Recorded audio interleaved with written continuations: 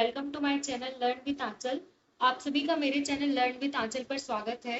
So guys, हमने अपने पिछले वीडियोस में माइक्रोसॉफ्ट एक्सेल का इंट्रोडक्शन, यूजेस, उसके वर्जन क्या है, टेबल ऑफ कंटेंट्स जो कि हम आने वाली वीडियोस में कवर अप करने वाले हैं, ये सब हमने अपनी पुरानी वीडियोस में देखा था। इस वीडियो में हम स्प्रेडशीट पर वर्क करेंगे। माइक्रोसॉफ्ट एक्सेल आज के डेट में सिर्फ एक स्प्रेडशीट बनकर नहीं रह गया है, बल्कि एक पावरफुल डेटा एनालिसिस टूल है ये, जो कि विजुअलाइजेशन ऑटोमेशन टूल बन गया है। Without delay let's start. Guys, सबसे पहले हमें एक्सेल पे जाना है।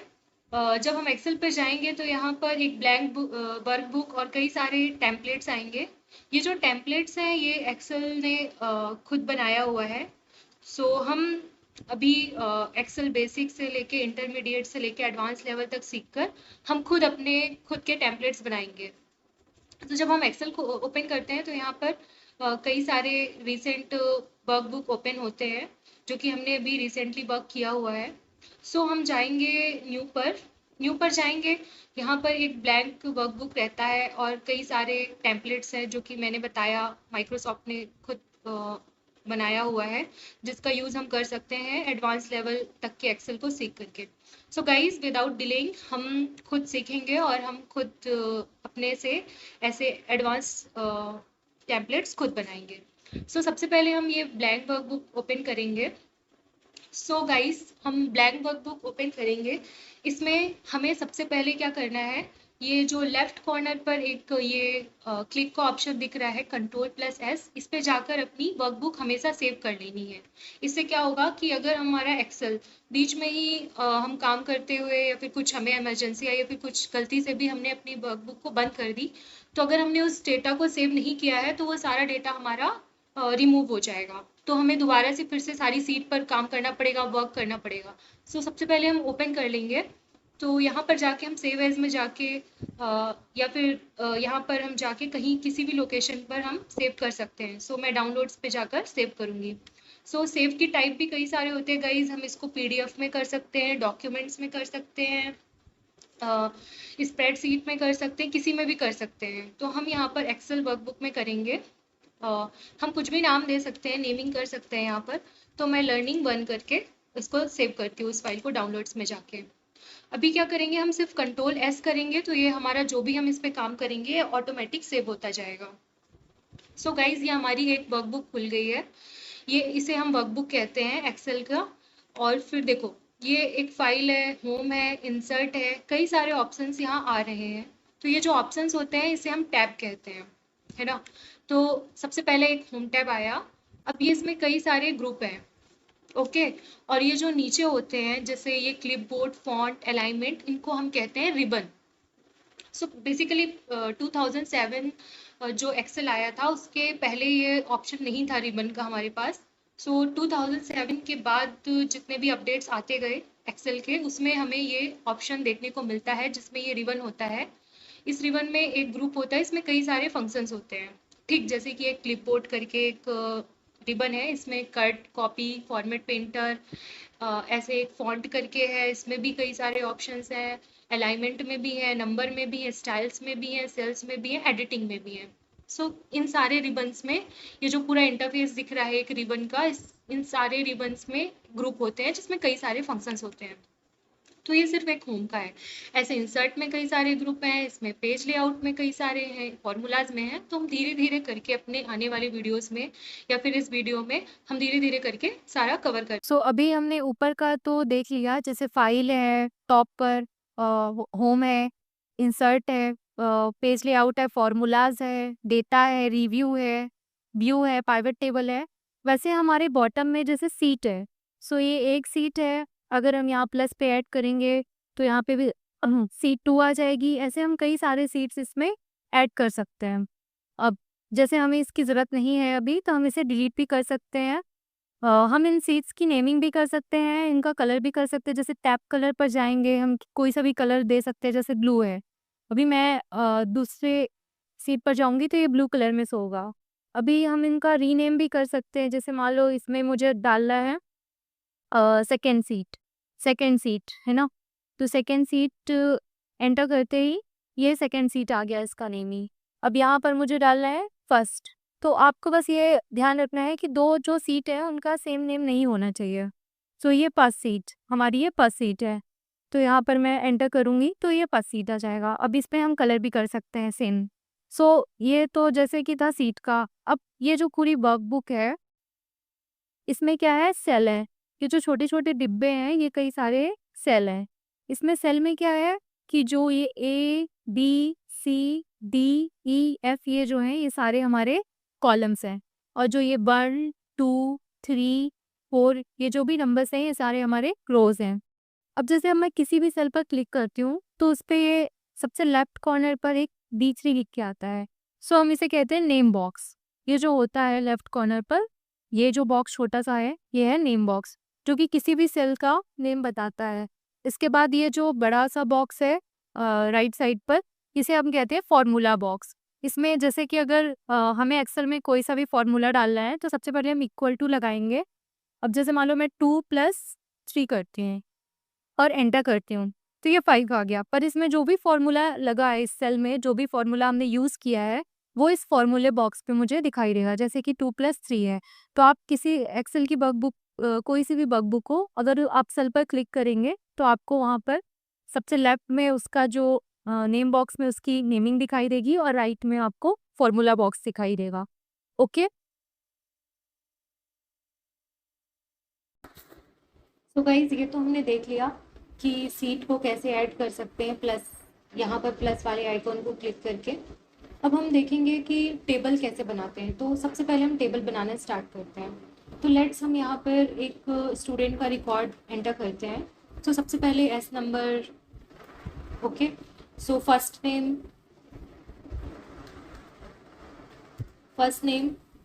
लास्ट नेम, DOB,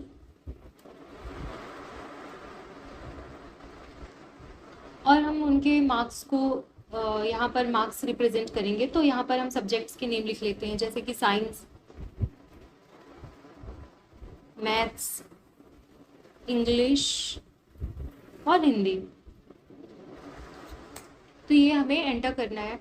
तो एस नंबर जैसे हमने 1 दिया, फर्स्ट स्टूडेंट, दूसरा 2, 3, एक तो ये तरीका है। पर अगर हमें बहुत ज़्यादा एक्सेल पे बहुत सारे रिकॉर्ड बनाने हो, तो जैसे कि 10,000 लोग हैं, तो हम सबका तो ऐसे कर नहीं सकते। तो हमें सबसे पहला तरीका तो ये है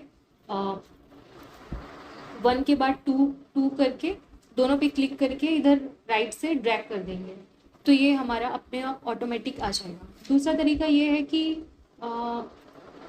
जो 2 है वहाँ पर हम इक्वल करके फॉर्मूला दे सकते हैं। इस सेल को क्लिक करके +1 करेंगे और फिर इसे हम कंट्रोल D कर सकते हैं जहाँ तक हमें जाना है। मान लो हमें 20 लोगों को एंटर करना है, तो ये सिलेक्ट करके हम कंट्रोल D करेंगे तो भी हो जाएगा।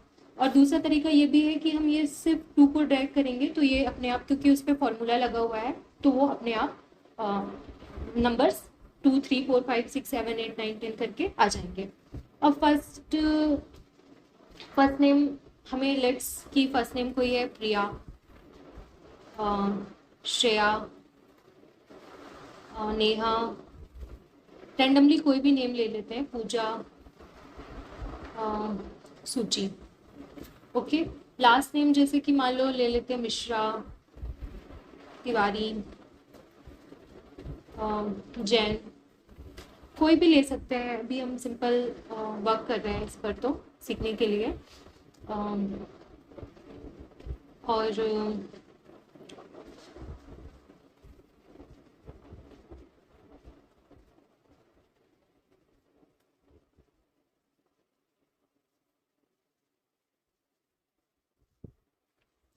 ओके, अभी हमें इनका डेट ऑफ बर्थ डालना है।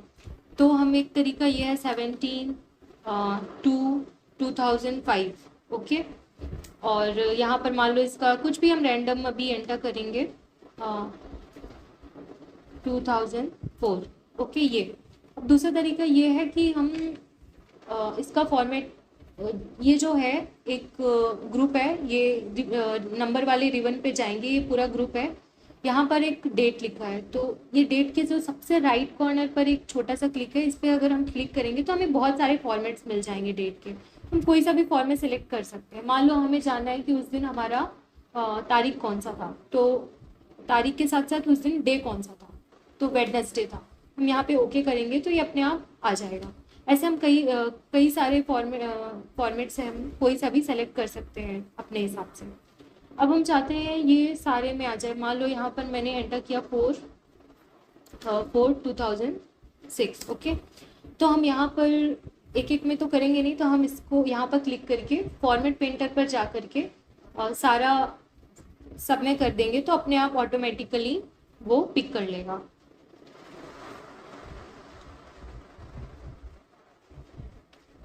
ओके, ऐसे हम कुछ भी ऐड कर सकते हैं रैंडमली ऐसे। अब इसमें है तो इसका भी हम फॉर्मेट पेंटर पर जाके यहाँ पे फॉर्मेट पेंटर करेंगे तो ये भी आ जाएगा। ओके, अब हमें हमेशा याद रखना कि हमें जो भी हम कर रहे हैं बीच बीच में कंट्रोल एस करना है, ताकि ये जो सीट हम बना रहे हैं ये हमारा डिलीट ना हो या फिर अनसेव रह जाए और फिर हम इस वर्कबुक को बंद कर दें तो हमें दोबारा से सारा काम रिपीट करना पड़े। तो बीच बीच में हमें कंट्रोल एस करते रहना है। अब हम मार्क्स फाइंड करना है हमें 100 में, तो हम रैंडमली कोई सा भी नंबर ले सकते हैं।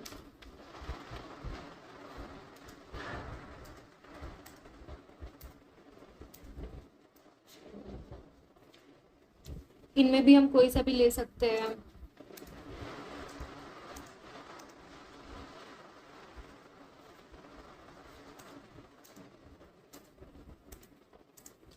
हिंदी में भी हम ले सकते हैं। ओके, खुद से भी सेलेक्ट कर लेते हैं।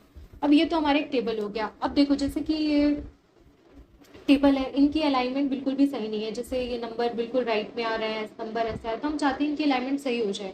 हम यहाँ पर क्लिक करके ऐसे सेलेक्ट करके हम ये जो अलाइनमेंट वाला है इसमें जाके हम ऐसे भी कर सकते हैं, पर एक एक कब तक करते रहेंगे, तो हम सारा इकट्ठा एक बार में सेलेक्ट करके हम इनको मिडिल पे ला सकते हैं सारा, और या तो हम राइट पे भी ले जा सकते हैं, सबसे लेफ्ट में भी ला सकते हैं, पर हम अभी मिडिल पे रख लेंगे। ओके, हम चाहते हैं कि इनमें बॉर्डर रहे, क्योंकि अभी बॉर्डर नहीं है, तो हम ये फॉन्ट में जाकर पे ऑल बॉर्डर्स पे क्लिक करेंगे तो ये सब पे एक बॉर्डर आ जाएगा। ओके, अभी हम चाहते हैं कि इनका जो जो भी है एस नंबर नेम या फिर सीरियल नंबर जो भी वीडियो भी, ये थोड़ा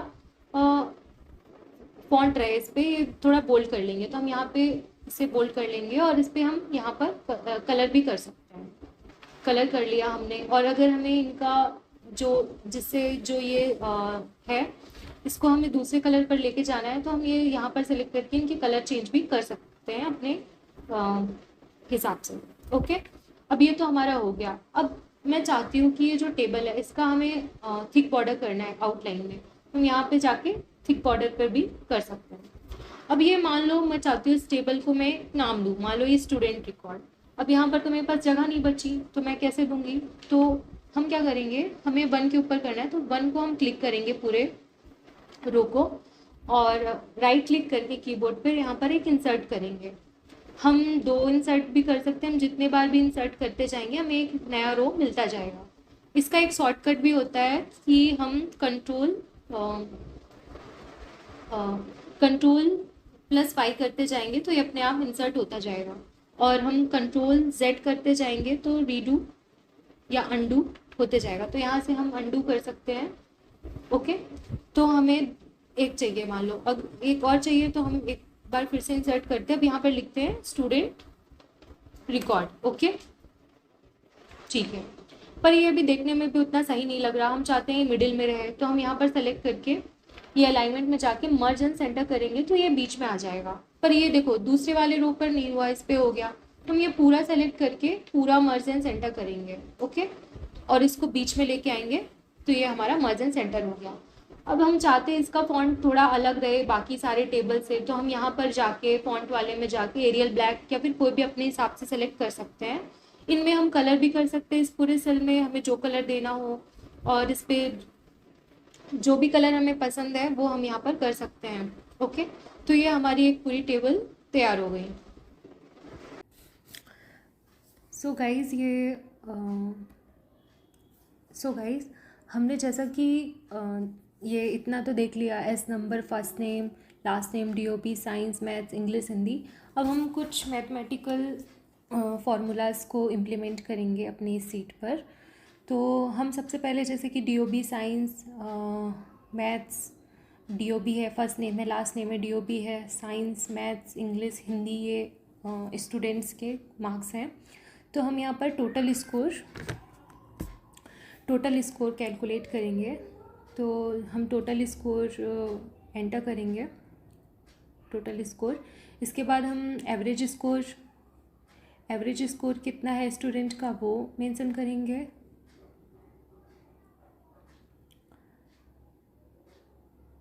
ओके, इसके बाद इसको थोड़ा सा हम सही से राइट क्लिक करके अलाइन करेंगे जो हमारे बॉक्सेस हैं, क्योंकि सही से दिख नहीं रहा था।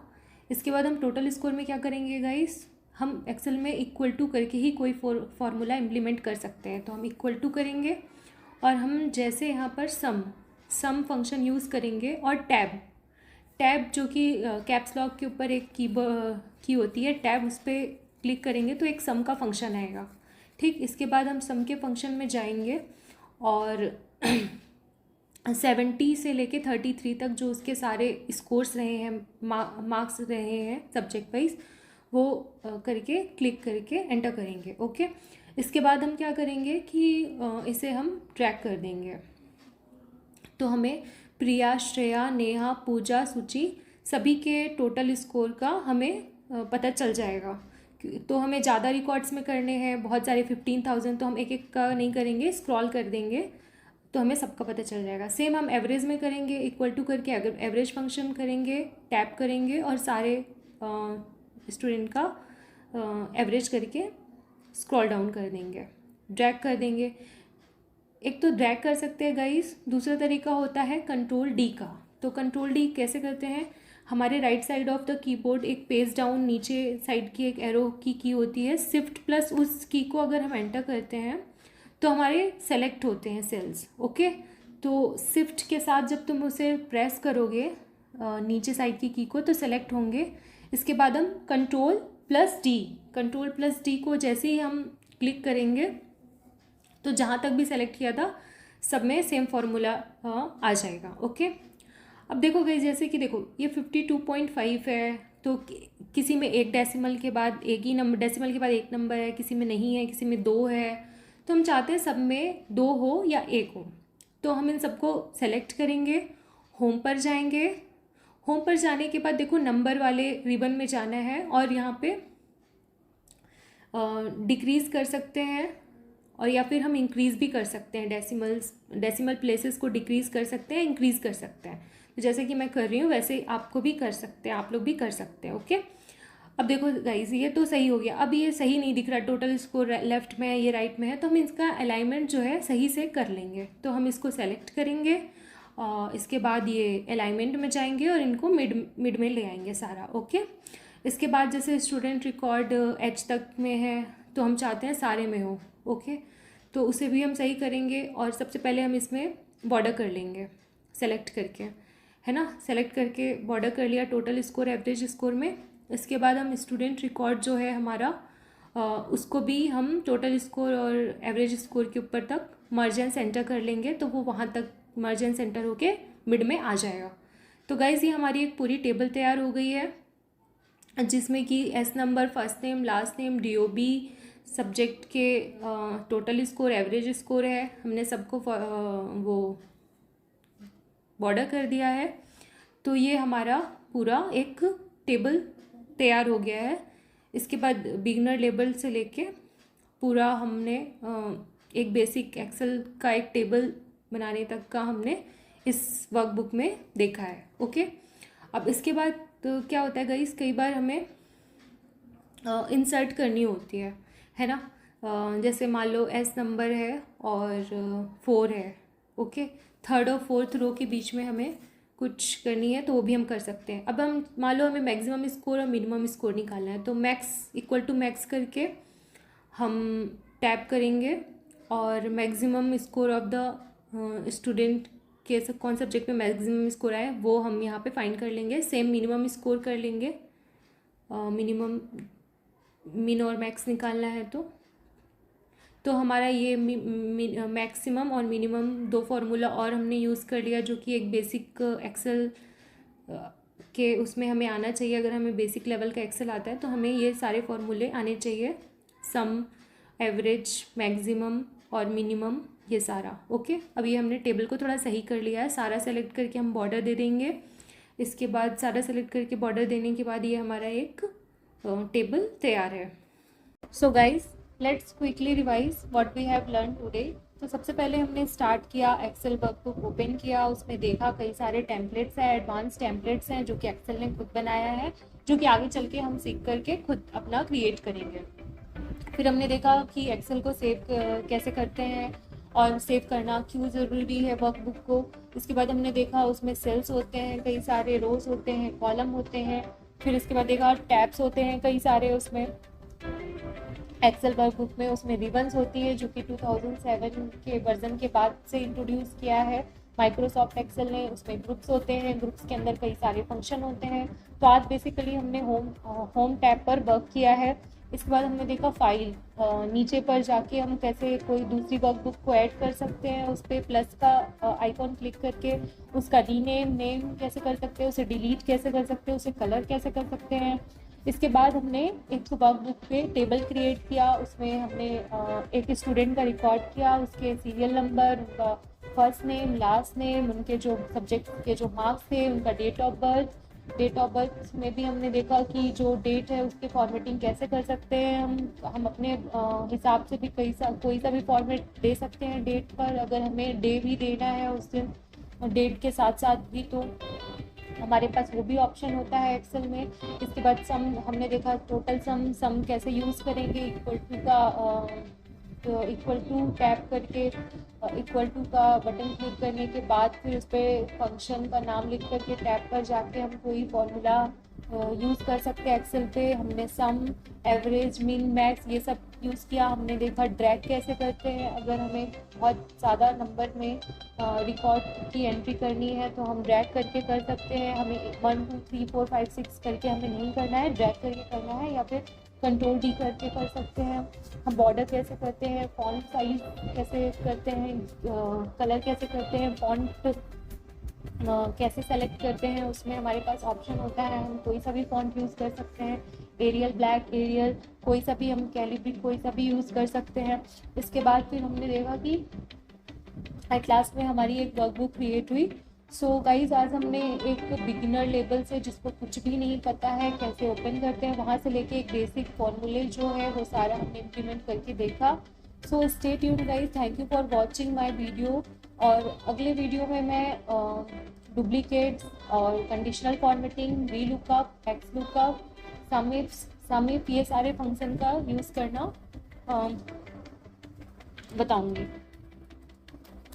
सो